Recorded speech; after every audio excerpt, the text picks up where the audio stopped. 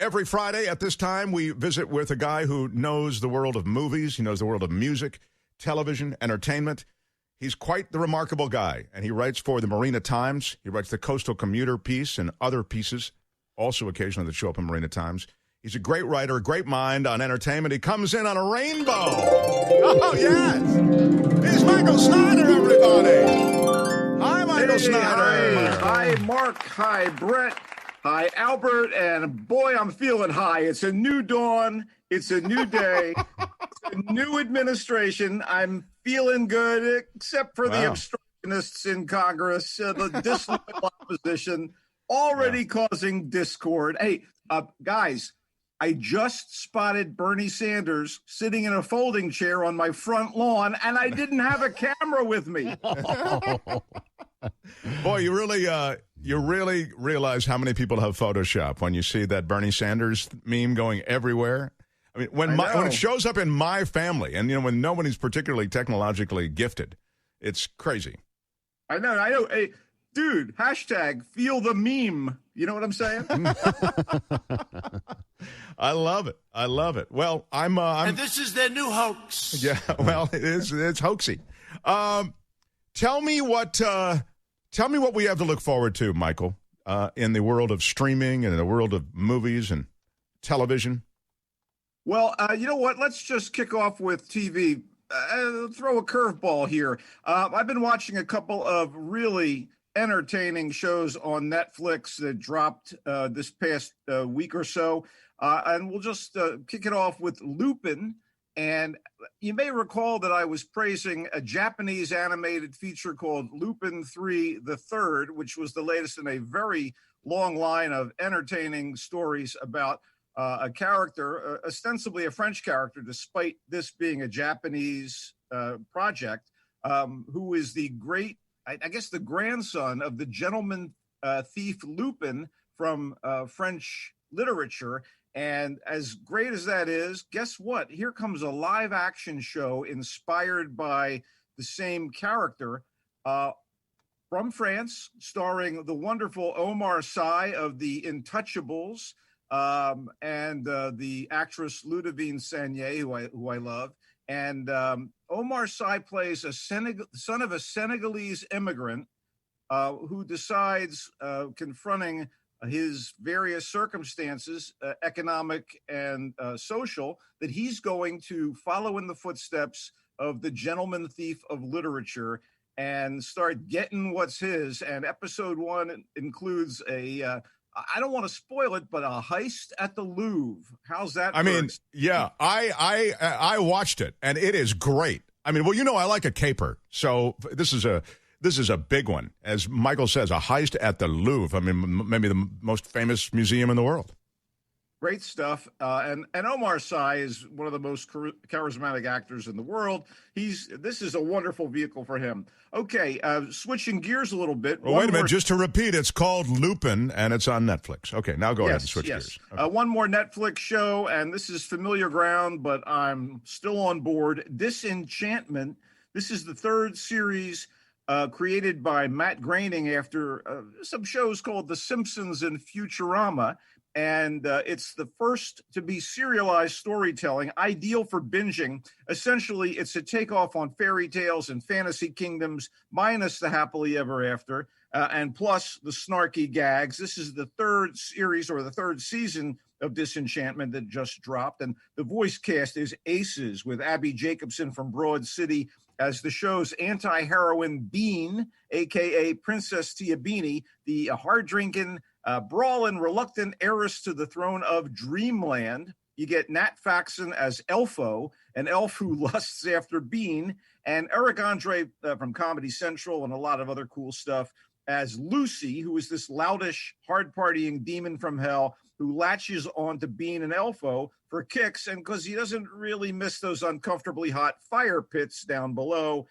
Sharon Horgan from Catastrophe plays Bean's villainous mother, Queen Dagmar. I enjoy it immensely. If you're expecting The Simpsons or Futurama, they look like those characters in terms of their design style, but that's about the only similarity. Again, this is other than them being rollicking. I enjoyed Disenchantment. Disenchantment on Netflix. Yes. Okay. So let's move toward movies, if we may. I am a big fan of Steve McQueen, who is the director of 12 Years a Slave, Shame, which was a wonderful vehicle for Carey Mulligan and Michael Fassbender, and very racy, and Widows, which was a heist movie that McQueen did, British director, screenwriter. And he has done a series of 5 movies in anthology form on Amazon called Small Acts. And these are based on the real life experiences of London's West Indian community between 1969 and 1982. All of these mini movies they're actually, in most cases, movie length. They're directed and co-written by McQueen. I'll tell you what, they're all worth your time, but I'd like to recommend 2 of them for starters. Lovers Rock is about a guy and a girl who meet at a reggae house party in 1980 in West London, at one of what I presume are many similar parties. They each came to the party with friends, she with the fellow good girl, he with his rowdy pals, and they meet there. And the movie has an ensemble of really memorable characters, great atmosphere that intensifies as the party on screen revs up, and wonderful period reggae. Lovers Rock is fun.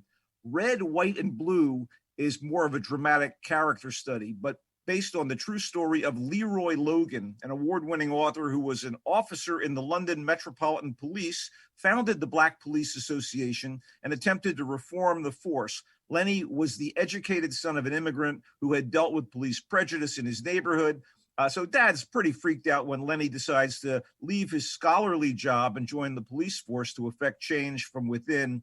Despite the force having a minority initiative, it isn't easy for Lenny, who was a noble guy and very well played by John Boyega of the more recent Star Wars movies. He was also star of Attack the Block, which is a wonderful low-budget sci-fi film. And Lenny encounters bad old systemic racism within the force. Red, White, and Blue and Lovers Rock. They'll get you started on Small Acts if you're interested. So are you wrapping up now? Or do you have another? Hell no. Okay. Hell no. Right. The way you stopped there, I just kind of like... Yeah, I just wanted to give you a breathe. I'm giving you a breather, Mark. Is Lovers Rock true to the 80s form? Sorry? Is Lovers Rock true to the 80s form? I mean, do you see a lot of 80s? There's a lot. Yeah, Brett. There's a lot of that. Hipster Brett knows a little bit about Jamaican music. It's got that flavor. I mean, watch it, enjoy it. All right, okay. MLK. By the way, I just want to thank Brett for not going. Is it true? Now, is it a true story? Is it true? Lovers Rock, is it true? Is it a true story? It is. Yeah. I think it's based on real experiences. MLK FBI, timely, having been released within a day or two of Martin Luther King's birthday. It isn't a movie biography about the Reverend Martin Luther King Jr., the Nobel Prize winner, Peace Prize winner, the leader of the civil rights movement in the 50s and 60s. It's a documentary about how J. Edgar Hoover's Federal Bureau of Investigation tried to bring down this man who they perceived as a threat to the white hierarchy. They tapped his phone. They recorded his extramarital trysts. They tried to smear him and his advisors, whether they were black or white, as communists, and so forth. So thanks to the Freedom of Information Act, much of what the FBI tried to do to MLK is now public. The plan, its political underpinnings, all that's laid out here in clear, cogent fashion with newsreel footage, archival clips, expert interviews, and cultural context. It's directed by Sam Pollard, who did Eyes on the Prize. MLK FBI tells a compelling and a shameful tale of our government's attempt to smear a charismatic clergyman who crusaded against bigotry and dedicated his life to inspiring peaceful protest in order to achieve racial equality in the U.S. You can watch it on Amazon Prime, Apple TV, and Vudu. And quickly, I just want to wrap up with a movie that's not quite in that kind of realm. Let's put it this way. We're back to B-movie land in a big, big way. And the movie is called Fatale, like fatal, only with an E. It's a thriller about a hotshot LA sports agent named Derek, played by Michael Ealy, as a sort of low-rent Steph Curry type who went repping athletes after his career fizzled. and the trouble he gets into when he cheats on his increasingly distant wife during a trip to Vegas with his friends. Little does Derek realize that the wanton woman he beds away from home is an LA police detective. And since she's played by Hilary Swank, you know she's a butt kicker and has issues. So Fatal has its moments. Are you kidding? Many of which seem cribbed from better movies, but it isn't so much awful as it's kind of tepid with confusing motivations and plot glitches. Oh, that's too bad. I love the elements there. It's tepid? Oh. No. I disagree with you, Michael. Oh. I love Fatal. Mark, it suffers from Brett. It suffers from familiarity fatigue. Look, you know what? I was somewhat entertained. It's well edited as far as that stuff goes. And you do get badass Swank, an increasingly freaked out Ely, and the usual solid work from Muscle Man Mike Coulter of Marvel's Luke Cage and the network paranormal show Evil as Derek's partner in the agency. You know, I some people are going to like it more than I did. I guess they called it Fatal because Fatal Attraction was a little too close to home. Yeah, Fatal is not a bad title. You really liked it, though. I liked it just because I like movies with twists, and this one has a number of twists. Oh. Yeah, twists and rolling eyes. Oh, wait, those were mine. Available. Yeah, well, you know, that's just like your opinion, man. It's available on Fandango. Is that what you said? Yeah. Yeah, and Vudu and Amazon Prime. You know, so there you have some stuff, everybody. Yeah, that's a lot. Nice dump there with a lot of, it's a media dump. Here it is. Again, Lupin is the series on Netflix. A lot of capers and really good stuff. Disenchantment is the one that you recommend. You recommend series 3 of those, right? If you haven't, it's let's be honest, series 3 just dropped, but you need to probably start at the beginning. It's serialized. Oh, okay. Even though each episode is a standalone caper of its own and like kind of craziness, it does have overarching plot.